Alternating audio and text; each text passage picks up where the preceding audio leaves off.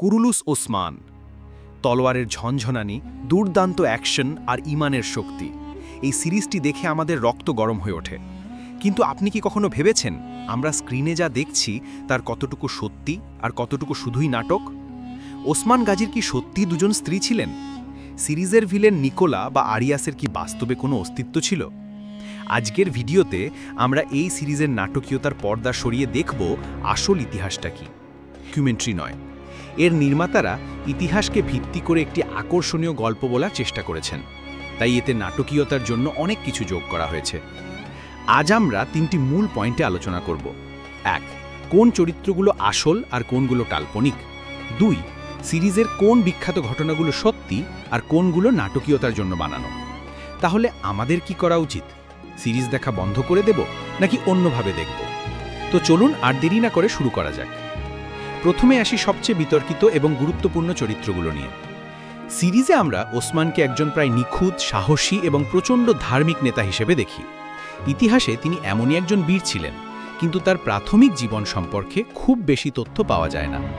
সিরিজে দেখানো অনেক ছোট ছোট ঘটনা, যেমন গোপন সুড়ঙ্গ খুঁজে পাওয়া বা বিশেষ কোনো তলোয়ার উদ্ধার করা, এগুলো গল্পের প্রয়োজনে তৈরি। তবে তার বিখ্যাত স্বপ্ন, যা শেখ এদেব আলী ব্যাখ্যা করেছিলেন, সেটি ঐতিহাসিক বর্ণনায় পাওয়া যায়। বালা হাতুন ও মালহুন হাতুন, এটা সিরিজের সবচেয়ে বড় নাটকীয়তার জায়গা। সিরিজে দেখানো হয় ওসমান প্রথমে বালা হাতুনকে ভালোবাসেন ও বিয়ে করেন এবং পরে রাজ্যের স্বার্থে মালহুন হাতুনকে বিয়ে করেন। কিন্তু আসল ইতিহাসে কি আছে? ঐতিহাসিকদের মধ্যে এ নিয়ে বিরাট বিতর্ক রয়েছে। অনেক বড় বড় ঐতিহাসিক মনে করেন বালা হাতুন এবং মালহুন হাতুন আসলে একই ব্যক্তি ছিলেন। সময়ের সাথে সাথে তার নামের ভিন্ন ভিন্ন রূপ প্রচলিত হয়েছে। আবার কিছু ঐতিহাসিক মনে করেন তারা দুজন আলাদা ব্যক্তি ছিলেন। তবে সিরিজে তাদের মধ্যে যে দ্বন্দ্ব বা সম্পর্ক দেখানো হয়েছে তার কোনো ঐতিহাসিক প্রমাণ নেই। এটি সম্পূর্ণভাবে গল্পের নাটকীয়তা বাড়ানোর জন্য করা হয়েছে।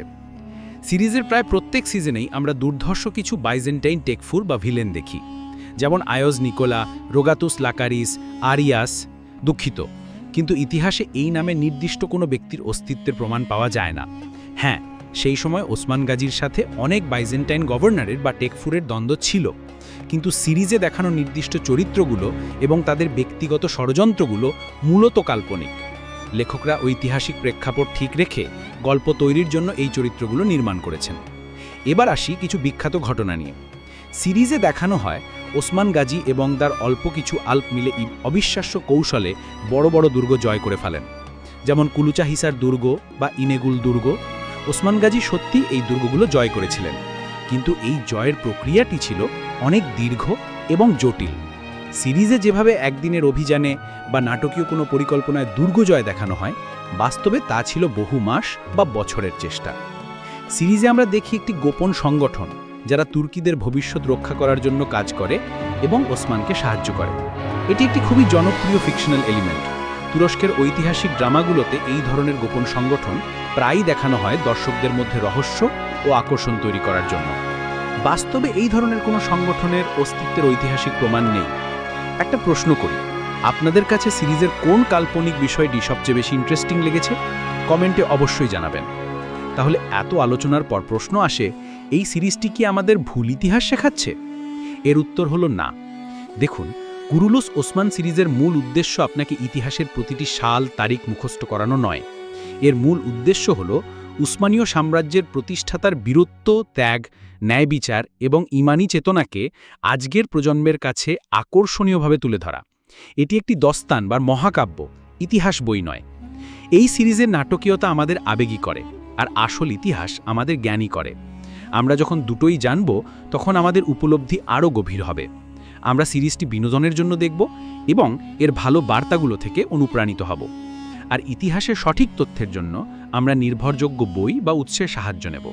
সুতরাং সিরিজটি উপভোগ করুন, কিন্তু এর নাটকীয়তাকে বাস্তব বলে ধরে নেবেন না। আশা করি আজকের আলোচনাটি আপনাদের ভালো লেগেছে। আপনি যদি কুরুলুস ওসমান সিরিজ এবং ইতিহাসে নেই মেলবন্ধন সম্পর্কে আরও জানতে চান, তাহলে চ্যানেলটি অবশ্যই সাবস্ক্রাইব করুন এবং বেল আইকনটি প্রেস করে দিন। ভিডিওটি ভালো লাগলে একটি লাইক দিন এবং আপনার বন্ধুদের সাথে শেয়ার করুন যারা এই সিরিজটি দেখতে ভালোবাসে। আপনারা কোন চরিত্র বা ঘটনা নিয়ে এমন বিশ্লেষণ দেখতে চান? আর তুগরুল গাজী, সেলজুক সুলতান আলাউদ্দিন নাকি অন্য কেউ? কমেন্টে আপনাদের মতামত জানান। দেখা হবে পরের ভিডিওতে। আল্লাহ হাফেজ।